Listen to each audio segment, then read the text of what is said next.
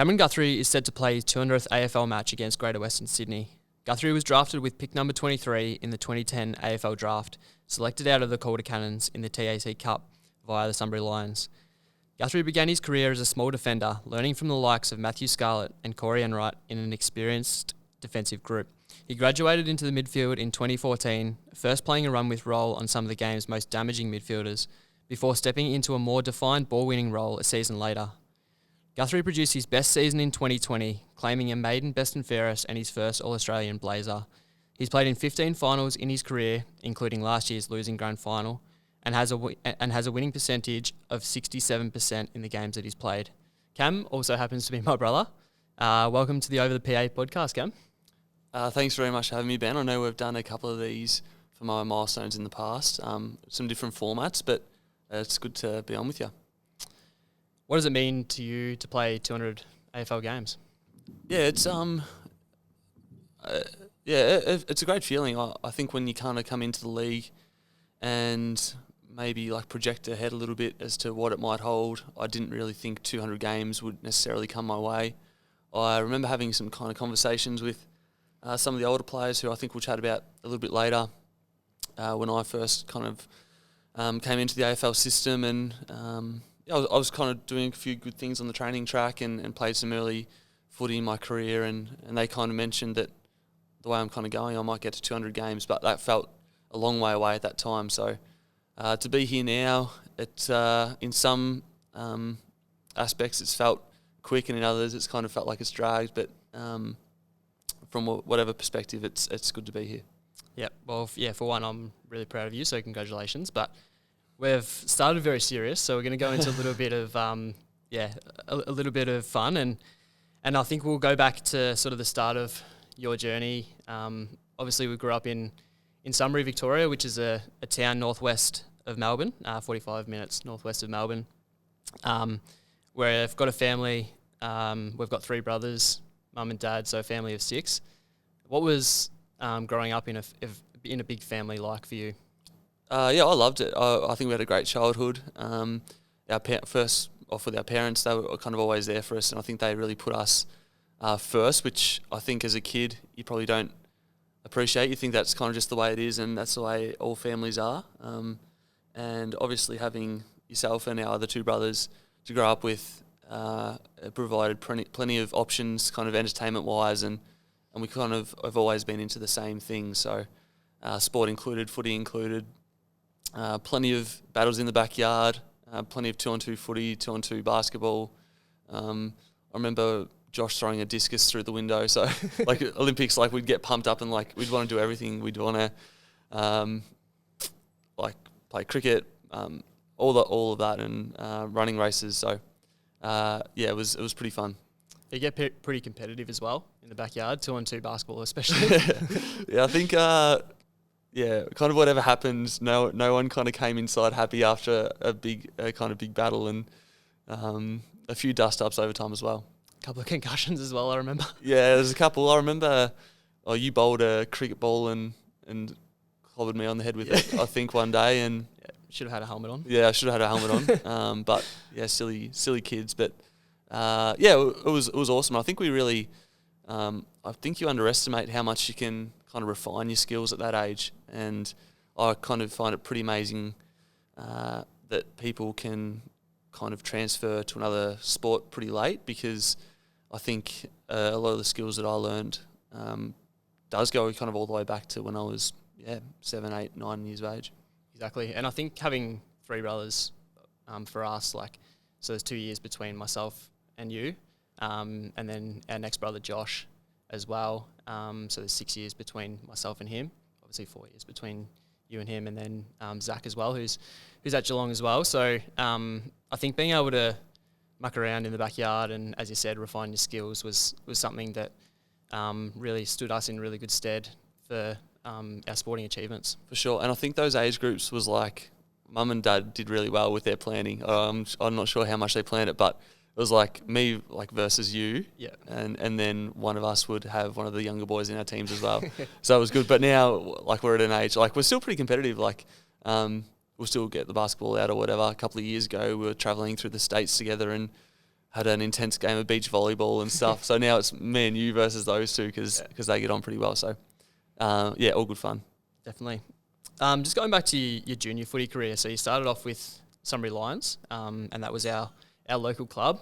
You came in, and I guess you were a standout from a junior age. But you were always bigger than most of the other kids, especially when you got to sort of like 13, 14. So you're playing remember you were playing like key forward, which is a totally different position to what you played when you've been playing for Geelong. Yeah, I think so. Sorry, what was the first part of your question again? I can't remember.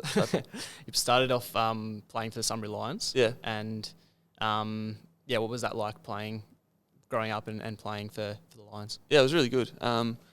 I don't know if I remember being like that much bigger than everyone else. I think you've painted a bit of a picture that I was like a monster, but I wasn't really. And, well... Maybe you had better... Oh, you had like a really good athleticism, so you'd be able to go into the ruck, you'd be able to play. Yeah, not too bad. Forward. Thank you. I think as a junior footballer, for anyone listening out there who might be a bit younger or training younger kids or a coach or that kind of thing, I think it's really important to be exposed to a number of different positions. I think that really develops the way you kind of see the game. Obviously, your skills, different skills are required for different positions. It's been a while since I've kind of played as a forward. I'd had a little stint as a forward a few years back, and probably it had been a while between like playing as a forward as a junior and playing in the AFL as a forward, and I did find it tough. So I think now that I'm at AFL level, I do think that it does take some training up to play a specialist position, and players who can kind of adjust really well and really quickly. I really admire that because it's tougher than it looks. Our dad Andrew coached all of us during our football careers, except for Zach. He played a couple of games for Essendon and Fitzroy going back as well. So he really understood the game, and I guess one thing that really leaps out to me that people are a little bit perplexed about is that we never really followed a team as such growing up. Dad was onto us about following individual players, making sure that we analysed their game, learnt about their running patterns, etc. And I think that really helped us refine, as you said, our skills and the way we sort of understood the game as well. Do you think that helped you understand the game and then ultimately allowed you to get to the next level? Yeah, I think so. I think when you're looking at something unbiasedly, you do learn a lot more and get a lot more out of it. I think it's kind of set the tone for the rest of my life a little bit. I find it hard to get attached to like sports teams like at all now. Like I just kind of, if I'm watching another sport, I love watching the NFL, for example. I don't really see myself latching onto a team. Like I like watching players move and why they're so good, and even like take some of the skills that I see that don't necessarily directly correlate, but maybe just a tiny little aspect of it does, and trying to implement it into my game or my movement patterns. So, don't get me wrong, I love our fans and I love that they're really one-eyed and passionate and that kind of thing. But I think if you're kind of looking to develop yourself, taking a step back and looking at it logically and not kind of analysing it with your heart as much and more your head, I think that is probably a little bit better to do it that way. Don't worry, we're invested now, aren't we? Yeah, for sure. Yeah, absolutely. You went down to the Calder Cannons at age 15, so that was, for those who don't know, that's Sunbury's TAC Cup, now NAB League feeder club, and you made your debut in the under 18s, but you were 16 at the time. Yeah. Yep. So playing and getting that experience as a young person, you played with some really good teams down there through the under 17s and 18s. What was that like playing with Calder and ultimately probably getting some great tutelage from some really good people too? Yeah, definitely. I'll start with that. I think kind of going down as a 15 or 16-year-old to that environment, for me anyway, I'm not sure if there was like other super confident kids out there, but I was like a little bit like, well, I've done okay at local level and I feel like I've got some skills and like something to offer at least, but I didn't step into that environment and expect to go really well or play for Calder in the TAC Cup in the under-18s. I was kind of there for the experience, obviously, but my expectations weren't too high. And then it being an under-18 competition and playing in that competition as a 15-year-old, I kind of was like, well, maybe I am on the right track, and it probably instilled a fair bit of confidence into me being able to run out and kind of compete at that level. I played 3 games kind of in that year, and I think that was the limit.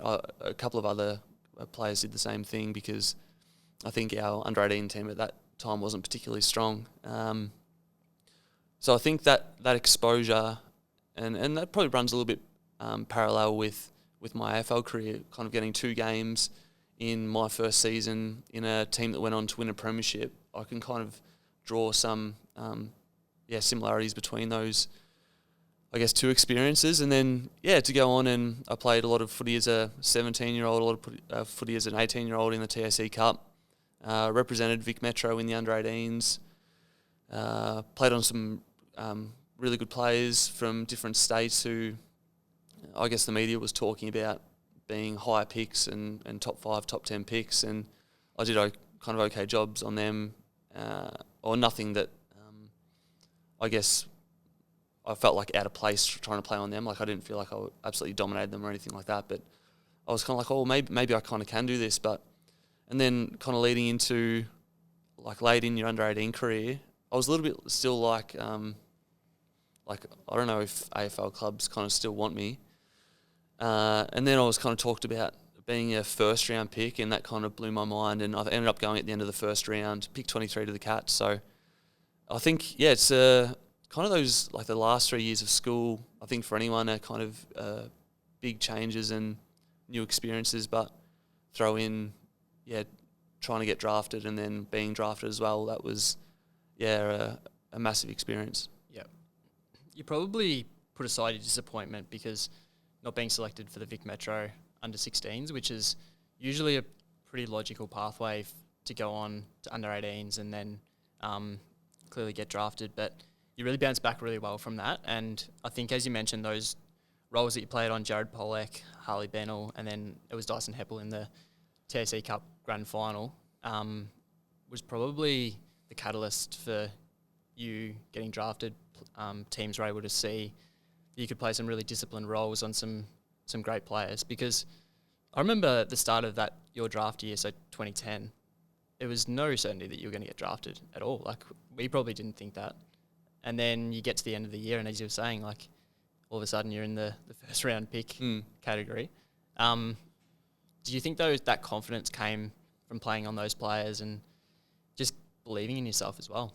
Yeah, I think that's a good lesson. First of all, like, when I played at under-16s, so before I played as a 15-year-old in the TAC Cup, you play in the under-16 competition at the start of the year, and then you can go and play for your state team, which for me was Vic Metro being in that zone, and I didn't really get a look in there. I think they picked like a squad of 40 or something, and I didn't make the squad, and then they take a final team of 25, and I kind of didn't think I was maybe going on the right track, but I think missing that kind of opportunity opened up an opportunity with Calder, and like in the end, like I think footy and life and different work roles, like it's all a matter of someone's opinion, which is kind of lucky if it goes right for you, and unlucky for others in different situations. So I didn't think it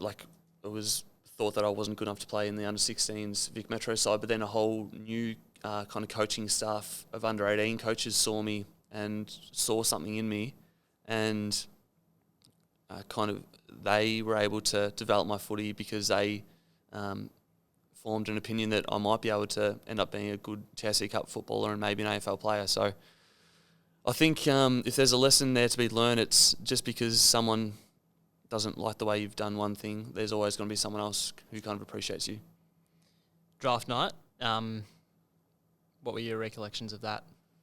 Yeah, it was a great night. I was obviously tuned in pretty closely. I think I was in the Gold Coast that year because it was going to be their first time in the competition the following year, and they might have had 15 or so people up on the Gold Coast.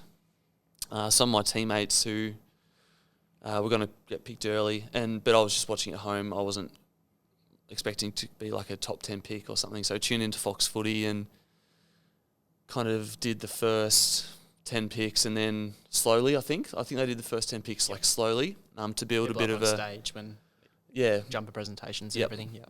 and then they kind of end up rolling through the next kind of picks. So they got to pick, like, if I didn't get drafted that night, I probably wouldn't have been surprised still. Like, I know we kind of we spoke about, ended up being in the category of possibly being a first round pick, but until it happened, I didn't really believe it. So kind of teens, and then I'm like, saw some of my teammates go, which was super exciting. And then got to Geelong, and I remember their recruiting staff came out during the year, and we had a good chat. And I think I got a good feeling about the club then. I'm not sure why. I think we kind of just clicked. I think 3 of the recruiters came out, and Wellesley, John Peake. I don't know, it wasn't John Peake. It was Luke and Michael McMahon as well. Yep. So those 3 came out. Yep. And I'll speak about something else here. Turns out, like, I'd kept some notes from what Geelong recruiters were looking for from kind of newspaper articles earlier that year or over time. I had a book that I collected, and kind of Dad got me started on that. And I had like a snippet about what Geelong look for in potential players, and there was 3 or 4 criteria from memory. It was like skill level, maybe Competitiveness? Yeah, that was one. Yeah, definitely. Reading the play, and then competitiveness was like their big one. So, and I think we've got a really competitive culture here. I've only missed finals once in kind of my 10-year career, and I think that kind of really shows. It's not just kind of empty words. And the other article I kept was how the 2007 Premiership team was kind of built, and the attributes that a lot of those players kind of brought to the table. So the way it worked out was pretty amazing from that perspective. And then, called out at pick 23. I think Mum was the happiest. She was. We kind of did a weird thing where we set up like a video camera on the side of the room on like a table to like film our reactions. Yep. And this was before mobile phones. Like, true. You set that up. It was just I got a camcorder. Yeah, I don't think I even had a mobile phone. So we got that. We should fish it out. I have no idea where it is. Yeah. And Mum was pumped because I was staying in Victoria, obviously. I would have been happy to kind of go anywhere. And I do remember actually, like, I didn't have a mobile phone because Mum's phone was blowing up with like text messages from, well, people we know, because they couldn't get in contact with me directly. But then the home phone was calling. Yeah, home phone was we started home phones back then. And like my teammates, like my new Geelong teammates, were messaging Mum, which was kind of embarrassing. I remember like chatting to Joel and Lingy on Mum's phone, and like going from a fan, I went to the 2010 grand final and saw Collingwood and St Kilda play. I went to the replay, and going from like a fan a couple of months earlier, doing your Year 12 exams, and then now you've got AFL teammates, is a bit of a whirlwind. But yeah, it was good. It was a great experience. Still, I probably don't look back on it enough because it was super important, and it's a big reason why I'm here today. Yep. So you go to Geelong, you get handed number 29. Obviously, Gary Ablett's steeped in the tradition. There was a fair bit made of it in the media and that sort of thing, but knowing you just would have put that to the side and not even worried about it. And then you make your debut in round 1, 2011 against St Kilda, which was Chris Scott's first game in charge as well. That must have been a pretty special moment, and probably, obviously Scotty's been here a long time as well, a real connection point for you over the journey. Yeah, definitely. I think myself and Scotty's relationship, I feel like he's always got my back as a person and a player, and that's something that I really appreciate. And I guess we are kind of connected by, that fact that he kind of came on board the year that I got to the club, I played in the first game. He coached and his first win and that kind of thing. So it's been a great journey for both of us. Just on the first win, you were cramping. Yeah, Cramping at the top of the square. it was an amazing team highlight. Darren Milburn kicked that goal. Team highlight. I think Dasha, he kicked the winner with under a minute left or something. Yeah. And I think there's a big step up from obviously boys footy to AFL competition. And I was cramping the whole last quarter. So while my team was celebrating, I'm off like doing a calf stretch, which wasn't my best moment. But that was an awesome way to start my career, and probably like even playing round one in your first year, that kind of crept up on me as well. So not necessarily like expecting to do that kind of thing, but I've probably always been someone that prepares for whatever may unfold. So I came in, and I think now as an experienced player in the pre-season, if we have like match play, like if I'm going 100% against North Melbourne this week in GWS in my 200th game, you kind of pull it back a bit when you're kind of an experienced player. But I think when I was an 18-year-old, I'm like, well, if he's going 80% or James Kelly, if James Kelly's going to 80% and I'm going 80%, his 80% is a lot better than mine. So to match that, I'm going to have to just treat this like a game. And I think kind of effort and preparation has always been something that I value and try to implement. Yeah, you decked Steve Johnson, didn't you, at one stage during training, and he told you off. And someone said to you, "Oh, keep doing that because we want to see that," or something. Yeah, I think you're right actually, or something like that. I can't remember the exact thing that happened, but I think I remember Joel chatting to me in the recovery centre one day, and I don't even know if it was Stevie necessarily, because there's always like even at training it's physical, and sometimes you don't like the treatment that your teammates give you or whatever, but it's never over the top. But he was kind of like, keep doing it, keep going, and that was kind of like my cue to take that on and keep doing what I was doing. Yep. You play one more game in that season, so 2011, and then I think it was against Fremantle as well. Yeah, the whole family made the trip across for that. And then your emergency for the 2011 grand final. Obviously, you didn't get back to a grand final until last year. Did you realise the enormity of that occasion? You were one of the emergencies when Steve Johnson was in a bit of doubt with that knee injury, obviously, with a number of other players. But, did you realise what that meant at the time? I think I did realise the enormity of it because, I guess what we've spoken about, missing out on like representative teams or whatever, had kind of happened along the way. But I think I didn't mind that in a way, but when it was going to be missing out on your team playing in the grand final, I think that really kind of affected me, and I reckon that probably drove my career for the next probably 3 or 4 years, not wanting our team to reach the grand final again and me miss out on being in the team.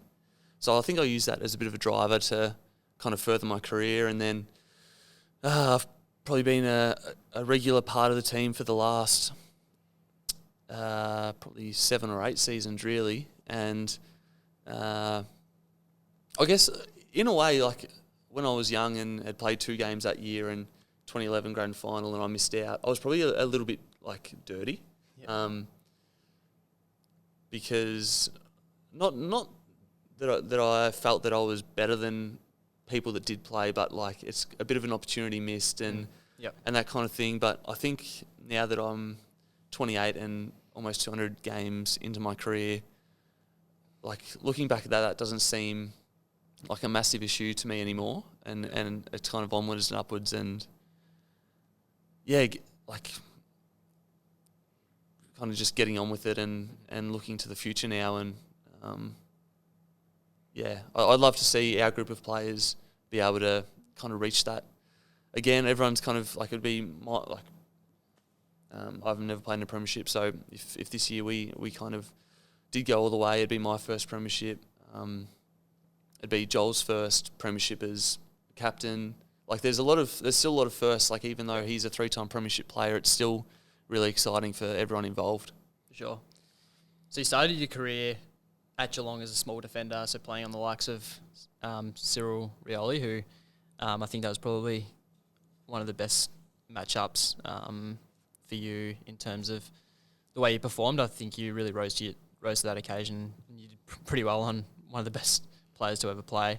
What did that playing in a role like that teach you, and playing with experienced heads like Matthew Scarlett, Corey Enright, Darren Milburn around you? Yeah, I really loved those opportunities to play on good players like Cyril. I think they suited the way that I went about my footy early on. I was probably not too... didn't play with too much flair or anything like that. If I came into the team and they were like, all right, you're playing on Cyril, I was like stoked because I didn't almost have to think too much about the game, and that gave me not confidence, but it was like I wasn't too panicked by it because it was quite simple, and I reckon that's a good cue for anyone coming in and debuting or early in their career, just to simplify it for them and give them a couple of things max to focus on, and let maybe more experienced players who have been around and done it a fair bit before kind of take control and think about this or that. And then, yeah, probably the defensive group that I came into was one of the best maybe ever. If you kind of look at games played, Premierships on. accomplishments, premierships, all that kind of thing.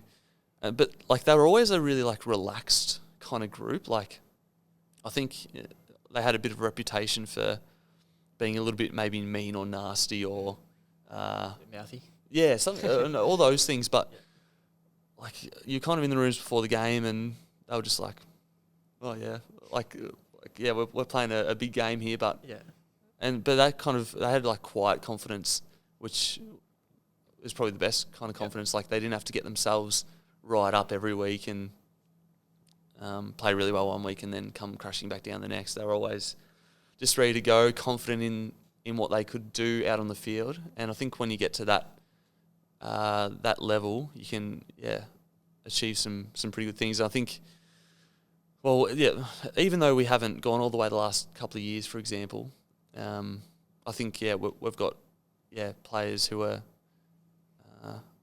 share those same characteristics. Yeah.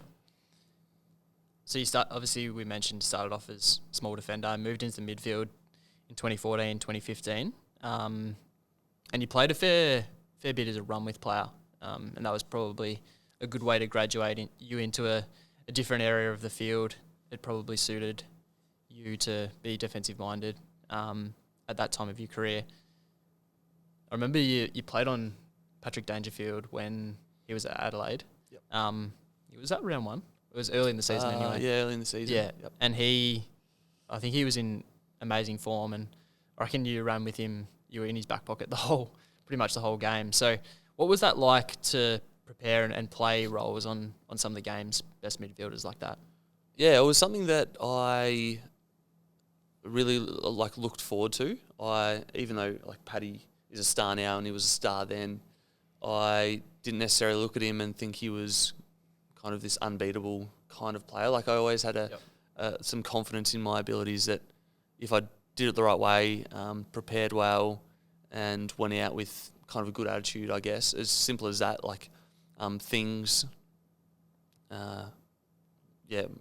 will go my way. I basically thought there was kind of no question about it. So I remember looking at vision with Troy Selwood, who was here at the time, and he'd kind of done a few of those roles before, and he kind of chatted me through how I could go about those kinds of things. And it was like a nice introduction to the midfield, I think. I look at kind of young midfielders and maybe people in the media saying, oh, you're not getting enough of the ball, or you're not doing this, not doing that. There's a fair bit to it in there, and I think, again, that was probably playing to my strengths, being a bit more defensive and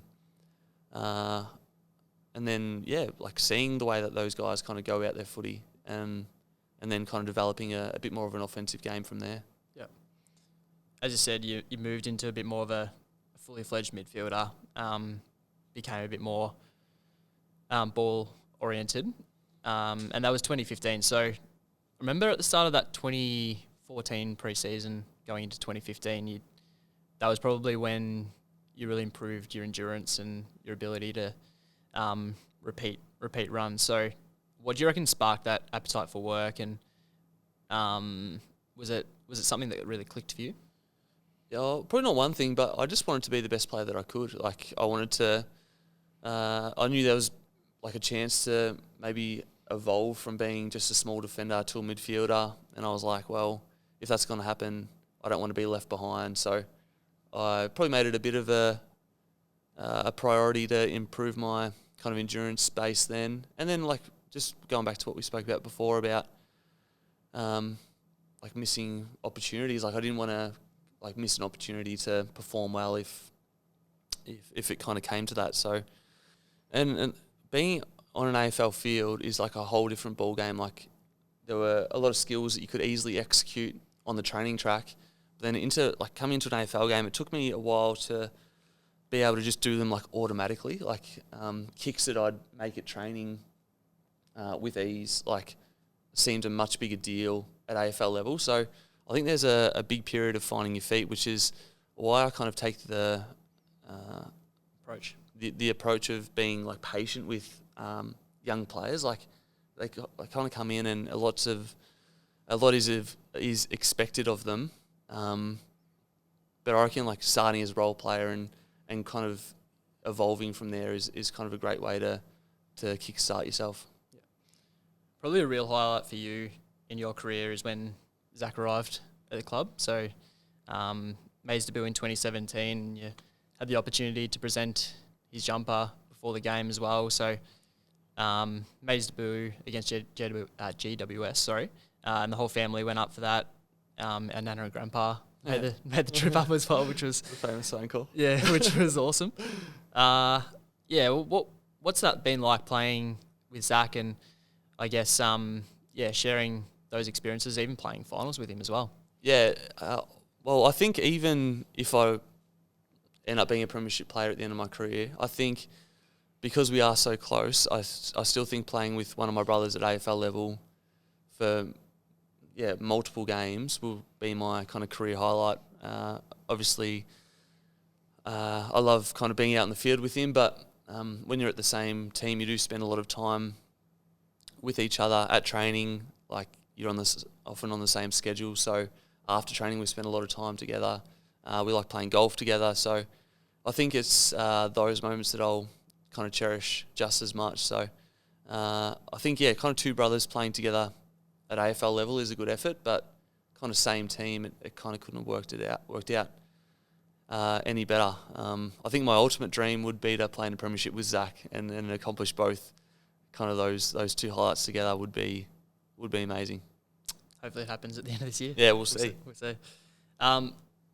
Footy is a game that has a lot of ups and downs, and there's some setbacks along the way as well. So you've had your fair share of injuries. You've missed a preliminary final with a calf injury. Sort of been something that was recurring for a couple of years there. So what strategies did you put in place to help yourself through those? Remember, there were a couple of things that you did. Yeah, looking back, I think my strategies probably weren't enough. Obviously, you take on board what the physio and doctors say from a medical point of view. The fitness staff run your training program and kind of keep you fit while you're injured. If you got a calf, you can't run, obviously, so you do a bike to maintain your fitness. But I think maybe from a mental level, like, I probably didn't approach it on, like, not as well as I could. It was probably more naivety. Like, I kind of have always come through and been a player that hasn't really had to deal with too many injuries. There's been a couple in my underage days, but not too much.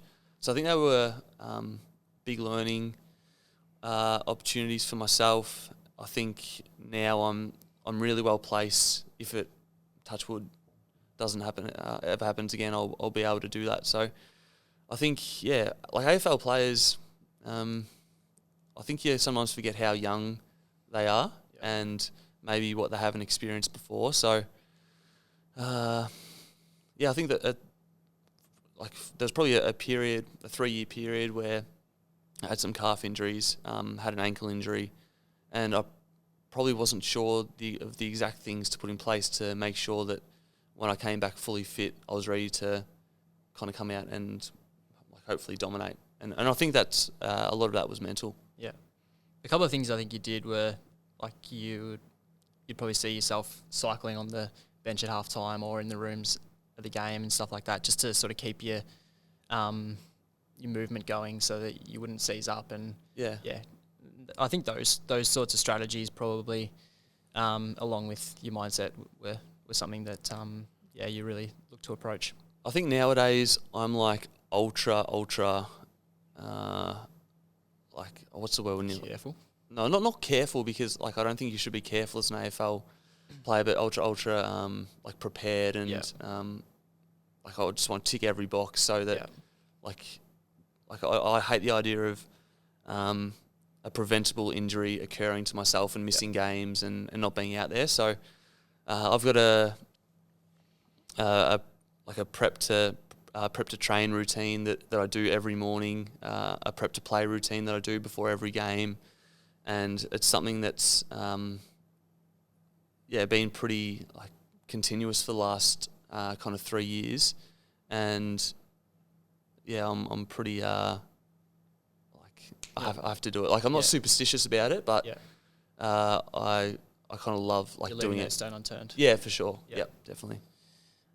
You look back at the season last year, there was a lot of volatility around it with the COVID restrictions. You guys, as players, were up in hubs in Queensland, and there was a lot of disruptions to your life. But probably, from a numbers point of view at least, that was clearly your best individual season. I remember one thing that you told me was around your approach to training, and I don't think you've ever had a bad mindset to training, but maybe last year it was something like, all right, well, now I'm in this sort of period of my career, I'm going to approach training and actually really love it as well. It's not a chore, just something that I'm going to come out and really relish. Do you think that mindset helped you produce your best season? Yeah, I think the whole COVID experience was a good chance to reassess, like, probably yourself, like what's around you, what you want to achieve, all that kind of thing. And round one last year, so we got round one away like normal. Yep. And so we went up to GWS and played the Giants, and we got beaten. And I really wasn't happy with how I played. I thought I had a really good pre-season, but wasn't really satisfied with my performance. So it almost came at a really good time, that big, 6 or 7 week break. 6 weeks, I think it was. And I was like, all right, when I come back, I don't want to feel like I did again after the GWS game, like that you kind of come into it with high hopes and you don't deliver on what you think you're capable of. Yep. And I think that period allowed me to assess where I was at in my career.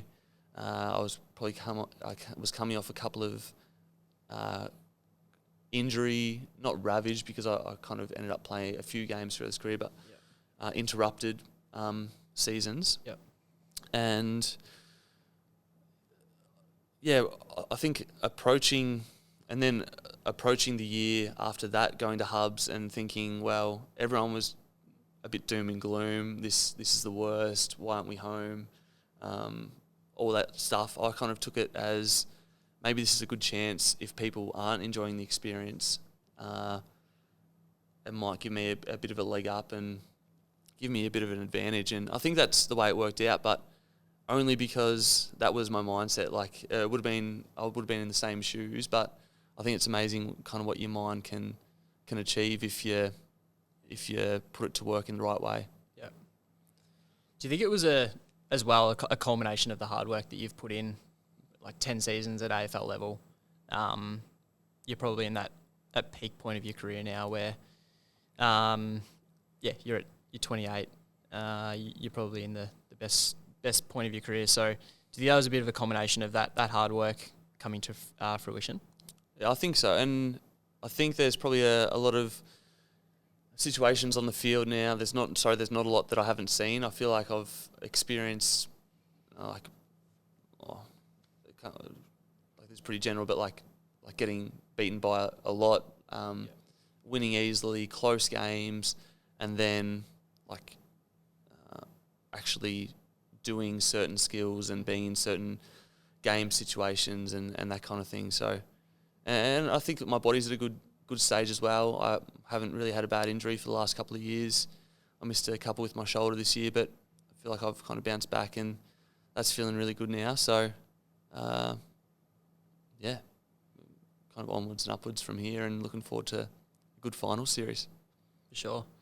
Do you think can you do things now, like obviously winning a fair bit more of the ball than what you had at the start of your career? Do you feel as though now you can go out onto an AFL field and do more than what you could when you first sort of started because you do have that positive mindset? Yeah, kind of going back to that mindset, I think your mind's a powerful tool. So kind of coming into games, honestly, you don't always feel like going out and playing hard. Like you might be carrying a slight injury and the game rolls around and you don't feel like you're at your best and you're kind of dreading it because you don't want to be kind of caught out and look foolish on the field because you're not going to be able to beat your peak. But I think if you take the mindset of like for me coming into a game, I'm like, all right, the game's going to happen no matter what. So you can either play badly, or you can try bloody hard and have the game work for you. And that's not always an easy thing to do because it doesn't all go to plan. But I think if you've kind of got that attitude, it kind of ends up coming back your way a little bit. And things I make skill errors and mistakes every game, but I think the best players, and some of our coaches talk about this, I know Nigel Lappin talks about this, the best players make just as many mistakes as everyone else, but they just get on with it and know they're going to do better the next time. Yeah. Yeah. What did the best and fairest and All-Australian selection mean? Yeah, I think probably... while you're thinking, you being All-Australian last year, I knew you were a good player and a consistent player, but you were among the best 22 players in the AFL for that season. So I think for me it was a really proud moment as a older brother, and I think for you to be able to achieve that with everything that was going on last year as well, your mindset was really consistent. I felt like it was a massive thing for you. Thank you.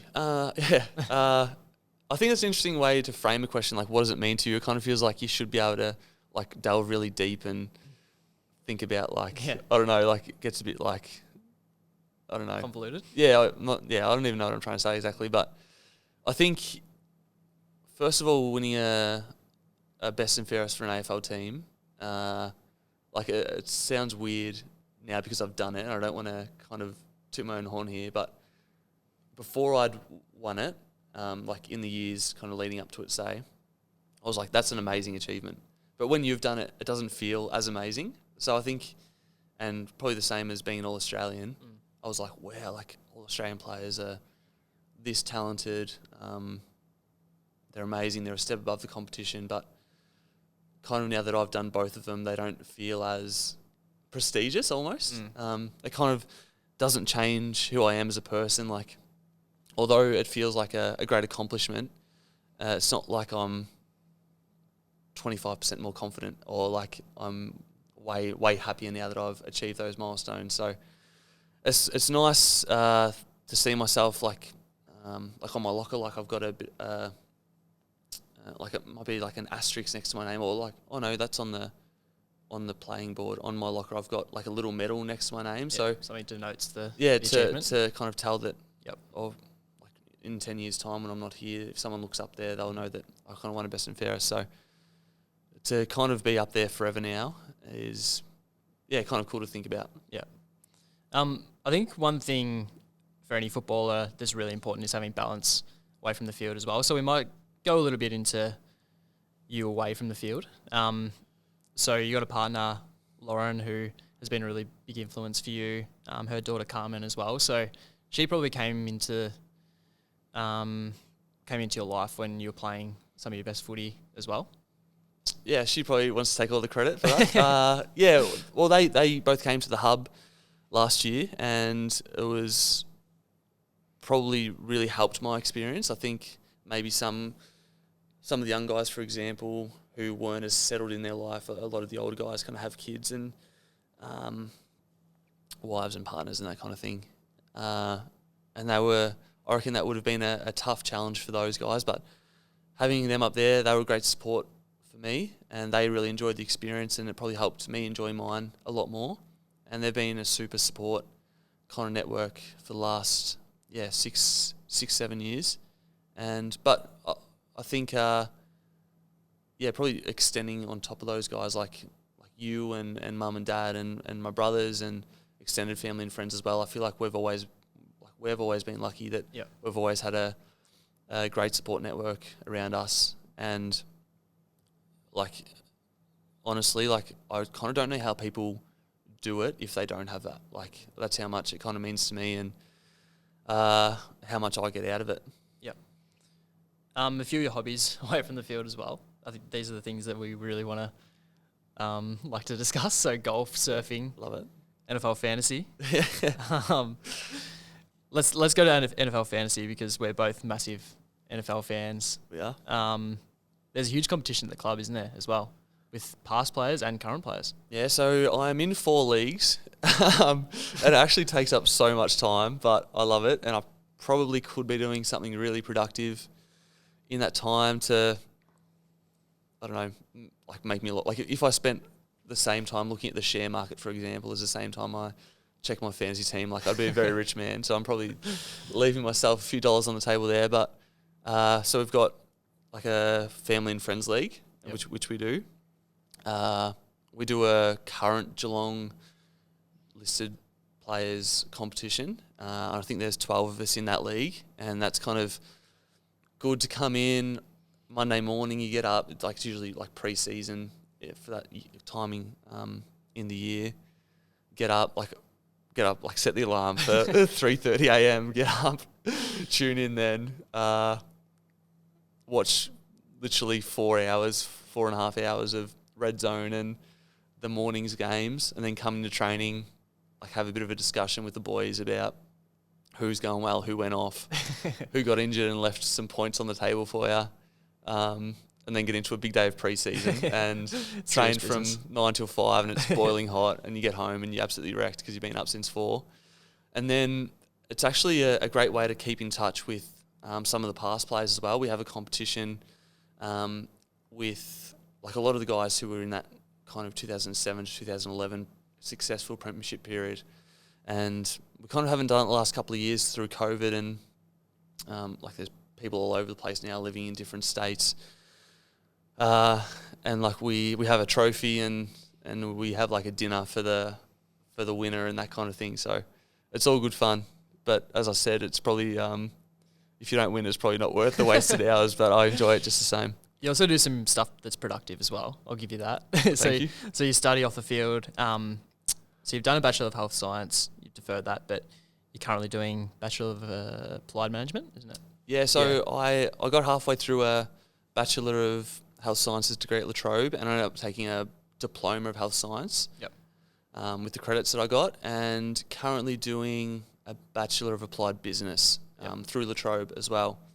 So I have no idea what I want to kind of end up doing after footy. Not no idea. I've got a few ideas of kind of what I'm interested in, but I'm still not sure what role I'll find myself in post-career. Who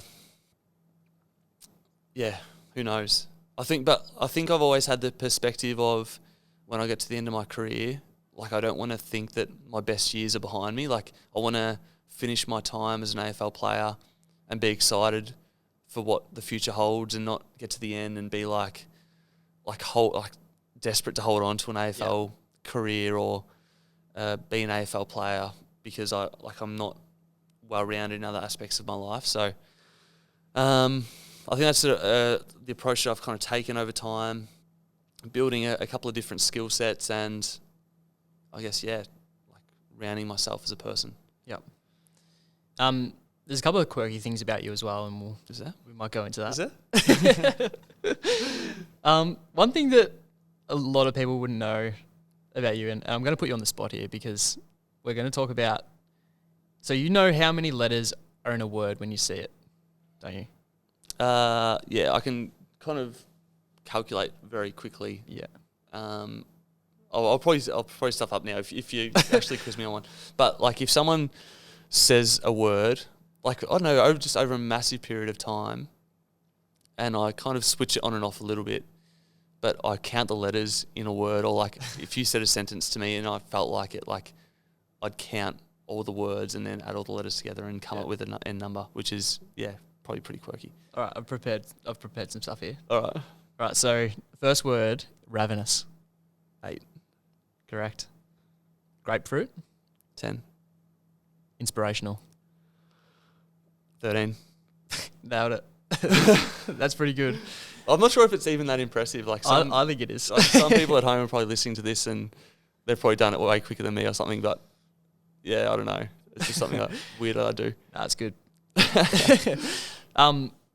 got the long hair, dreadlocks. So Lauren is a hairdresser, for those who don't know as well. So I think when she first met you, you had the short back and sides. Yep. And then you've obviously gone the dreadlocks. Yep. If she's not happy with it, no one else can. Yeah, it's all her. Yeah, she. I think she likes it. Well, she did it a few years ago now. I'll put the dreads kind of in the back, and we kind of used to take care of them and that kind of thing, and make sure they were in like good condition and all that. But we've kind of let that drop away. So, like, there's a few in there that are, if you had a really close look, they'd be like coming apart and that kind of thing. It's not dirty though. I do wash my hair a few times a week. I'll put that on the table. But yeah, I feel like maybe while I've got my hair, I should do something kind of cool with it, because I'll be an old man one day and I might not have much. So for now, I'll keep it around. Yeah, fair enough. You've done a bit of travelling as well, so you really like the actually you went to Europe pre-COVID, didn't you, as well, and was able to go to a number of the different AFL Europe I guess designations where they play some footy and they're just local people, expats. How was that experience for you? Yeah, I did write an article for the AFLPA about that, so you'll be able to find that on their channels if you want to have a read.